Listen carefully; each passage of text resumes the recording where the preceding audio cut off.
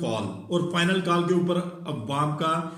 जम्मे गफीर जो इस वक्त इस्लामाबाद डी चौक पहुंच चुका है और उसके आगे जो रुकावटें डालेगी कंटेनर्स तो पूरे पाकिस्तान के अंदर लगाए गए। आप सब लोगों ने ये देखा, इंटरनेशनल मीडिया ने देखा और पाकिस्तान के अंदर रहने वाली हर उस कम्युनिटी ने इस एहतजाज में हिस्सा लिया इमरान खान साहब की कॉल के ऊपर। जो लोग इमरान खान साहब से प्यार करते हैं, पाकिस्तान से मोहब्बत करते हैं और अपने बच्चों के मुस्तकबिल की फिक्र करते हैं।